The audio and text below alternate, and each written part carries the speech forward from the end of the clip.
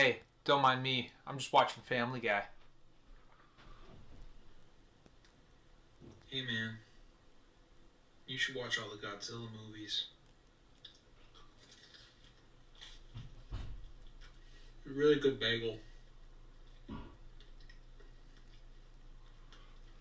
Okay. It's easy to see how the franchise became so successful just by looking at the first movie. It's a really great post-World War II commentary laid on top of impressive special effects, which make this a classic not just in the disaster genre, but as a horror movie too. You get a real sense of dread when Godzilla shows up, and although his time is limited, he is definitely the most memorable part of this movie. The hospital scene, especially after Godzilla destroys the city, I thought was really effective just because the nuking of Hiroshima and Nagasaki was a recent event for these people. You could tell that it was easy for them to portray the fear and emotions that they felt in those moments on the big screen. So yeah, Godzilla's kind of an anti-war movie. The only way for art to truly survive is if we keep it topical, and within keeping it topical, you need to address political issues, such as war. And I think this movie does a really effective job. I would even say it's one of the most powerful war movies I've seen. And it's not even about war. It's about the fallout of war and how it affects everybody. And yeah, it's a big dumb monster movie. Whatever. That doesn't mean it doesn't have something to say. And I highly recommend it, even if this isn't your type of movie. I think just as a piece of historical filmmaking, it's wonderful. And yeah, maybe I'm getting too serious and too deep about a big guy in a rubber suit destroying a city, but just wait till you see what's coming up soon. Immediately after Godzilla was a huge hit in theaters, they decided to pump out another one the exact same year. It's not that good. I know the socio-political commentary isn't the be-all end-all for Godzilla movies, but there was nothing of substance here to really bite into. Even as a giant monster movie, it kind of failed to deliver on that front. I found the fights kind of underwhelming, and the human characters especially were underbaked. If I could describe this movie in one word, it'd be boring. There is something to be said about this being the first rumble that Godzilla has with another monster, but I don't know, this one just doesn't really hold up too well for me. Alright, this is where Godzilla truly becomes a bona fide action franchise. The storyline here is super silly, where a pharmaceutical company plans on using King Kong in order to obtain a rare narcotic berry that they plan on profiting off of. But of course, things go wrong and Godzilla shows up and King Kong has to beat the crap out of him. The story jumps all over the place, but I would lie if I said I didn't love it for that. I was super entertained, and the destruction and fighting, it's just complete insanity. And yeah, the effects have kind of aged poorly, but you can't help but smile and laugh while watching it. If this new Godzilla vs. Kong that's coming out has that tree scene, I'll piss my pants. Alright, stop me if you've heard this one before. A giant egg washes up on a fishing bay and a bunch of mustache-twirling bad guys try to claim ownership of it in order to profit off of it. That egg, of course, belongs to Mothra, which is a giant moth from a completely different franchise, but now she's part of the Godzilla franchise. It's overall a pretty fun film. It's definitely more colorful than the previous entries, and I'd say it has some pretty good special effects. And Mr. Zilla did a wonderful job breaking the buildings. There's no one that can do it better. But I also feel like there's nothing super special about this movie, and I'm happy it plays into the more fantastical elements that are going to be reintroduced later on in the franchise. But other than that, there's not really much of it that stands out. The characters are fine. I thought they were fun, and the Saturday morning cartoon-esque plot kept me entertained, but overall I just think it's a middle-of-the-road kind of movie. I don't know. I wouldn't really call this one required viewing. It's okay. Yes, sir. Let's go. Let's go. Yeah, this one was pretty cool. The human plot didn't feel as throwaway as Mothra's did, as they add some political espionage and alien possession stuff, and it's all very wacky and out there, and I am all here for that. The monster effects as well were way more entertaining this round, and we get introduced to King Ghidorah, which is probably my favorite Godzilla monster, and Rodan is there too. Rodan's okay, I don't really care about Rodan, but King Ghidorah, he's awesome. Yes! I'm glad they made the switch from Godzilla being a villain to being a hero. This movie is really the turning point of that, and man, it's just a lot of fun. Right, so I don't usually watch dubbed movies. I usually try to watch foreign movies with subtitles. Not because I'm some kind of elitist dick. Well, kind of, but it's also because I just find them too distracting. I made the exception for this movie because the dubs are sampled in MF Doom songs. Follow the light. The light is your guide. Follow the light. The light is your guide. I'm controller of Planet X. Who are you? I'm the controller of Planet X. So anyway, how was the movie? It's actually pretty friggin' fun.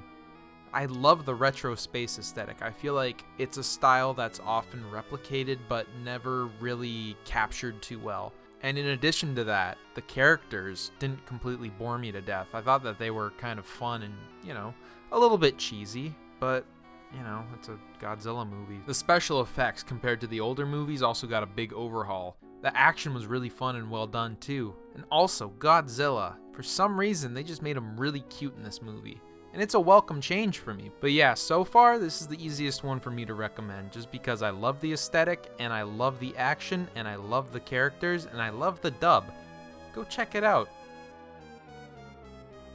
Yeah, I didn't like this one too much.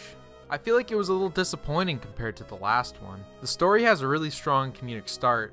Basically, a guy steals a yacht with some strangers he barely met in order to find his brother, and the yacht was commandeered by a thief, and it's just a big entanglement of characters, and they end up getting shipwrecked, and that's where the movie kind of, becomes a little less interesting. The movie suffers from a lot of predictability, and I know it's dumb to complain about how predictable a movie is when it's inherently just a big, stupid monster movie, but there's usually stuff that's good enough to distract me from that. Usually the action or the dialogue or the characters. But yeah, since there was nothing to distract me really, I didn't find it as entertaining as the last few. The fight scenes were lackluster too. What was with Godzilla's suit? It looks like a cheap birthday party character, not the king of the monsters. I guess there were budget cuts and that's why it kind of looks worse than the last two. The island blowing up was cool, I guess, and I dig the retro aesthetics, but I'd say skip this one. The best parts of this movie are done way better in other Godzilla movies. Alright, this movie's dumb. The story's dumb, the costumes are dumb, the action is dumb, everything about it is dumb, and I kinda love it for that. I found the story to have a way lighter tone than the previous one, and it made for a really consistent movie. Godzilla's son looks so stupid, but I couldn't get enough of him interacting with Godzilla. Bruh. The main bad guys are just big-ass crickets or something, and I think that's kind of lame. But it was just a really campy adventure that, was alright. Really say a lot. I should stop that. Godzilla still looks really, really bad, and there was a lot less care put into the visuals of this movie. Why? Why can you see that? That shouldn't be in there. This movie's horrible. Oh my god. I wouldn't necessarily skip this one because it is really funny and very lighthearted. I'd say just get drunk and watch it. I think that's your best bet of enjoying it. This is a great, campy, punchy adventure movie with probably some of the best kaiju fights I've seen so far. My god. They had no mercy on King Ghidorah. Look at him, dude. He's getting killed. Oh my god. The monster suits look way better in this one too, and I could tell that they put a lot of care into this one. The miniatures of the cities that the monsters stomp through look really cool as well. And there was a weird amount of good-looking shots. I was kind of shocked. Is it my favorite Godzilla movie? No. But, man, this is one you don't want to miss. It's just super entertaining. I wasn't bored for a single second for this one. Okay, so I don't know if it's a curse or something, but it seems that every time there's a really good Godzilla movie, they can't help but to completely shit the bed with the one directly after it. And All Monsters Attack is the shit on that bed. It's the first Godzilla movie that's specifically geared to younger audiences, and instead of going balls to the wall with the cartoony violence while maintaining a campy plot, we're instead treated to what's basically a clip show of previous Godzilla movies. A good percentage of the action in this movie is literally from previous Godzilla movies. So if you've seen the other movies, you've basically already seen what All Monsters Attack has to offer. It does mix in a story about this kid who's friends with Godzilla's son, and also Godzilla's son can talk now. Gross. This one stands far above the other ones I've seen so far. The psychedelic cinematography and art direction make this film feel a lot more fun than the others, while also having a message that makes sense and is actually presented pretty well. Don't pollute, kids. I love how they throw in random little animated sequences too. It's completely unnecessary, but I think it contributes a lot to the overall feel of the movie quite well. It reminds me of something like Fantastic Planet, and they must have been on a lot of drugs while making this. The action is also really great and feels really brutal, even if it is just some guys in a rubber suit. Like, Godzilla's pulling out limbs and eyeballs and doing all this crazy stuff. There's blood. Like, man. Oh shit, cockroach people are gonna build an evil amusement park in order to take over the world, and only Godzilla and his pals can stop them. Yeah, this one's got a really wacky concept, and it's supported by some fun effects and a story. I like Gigan's design a lot, and you can tell that they really wanted to make this one fun. But I don't know, the human story wasn't all that interesting. I get they're not aiming for anything Oscar worthy, but it just felt tedious. There's nothing god-awful about this movie, but it just doesn't really stand out compared to the other Godzilla movies that I've really liked so far. This is actually one of the first Showa-era movies I saw. I owned the VHS as a kid. In the grand scheme of things, it's definitely one of the more cheesy movies. But now we have giant robots, which I think make any movie just a little bit better. The production values are nothing to write home about, although I did like everybody's outfit. I thought they look really fresh, and the old Japanese cars are always nice to see. I really want one. It's got a cute enough plot. There was enough there to keep me interested. Overall, I could be biased in recommending this one, but I'll do it anyway because this is my video and not yours. So suck it. It could be because I'm 14 movies deep, but I'm kind of feeling burnout from this era of Godzilla movies. And I love Mechagodzilla as a villain, but there's nothing really exciting about this movie except for probably the action and the pyrotechnics. It just feels more dull than the other movies. A tribe of aliens create a Godzilla look-alike to destroy the real one, and, not the worst idea in the world, but none of the characters really have strong personalities, and that's something I've come to really appreciate in these movies. Now, I know these movies are well known for just being big monster smash-em-ups, but I always do like it when they add a little something else. And I don't really think this movie has that something else. When I watch something like Invasion of the Astro Monster or Destroy All Monsters, those movies struck a balance between great action and entertaining characters. But it's okay, because we have one more movie to discuss, so let's just get that over with. Alright, so the action in this one is a step above the previous one, no doubt, but it's pretty obvious that the dead horse has been beat. The story is, once again, really cartoony, and it's fun.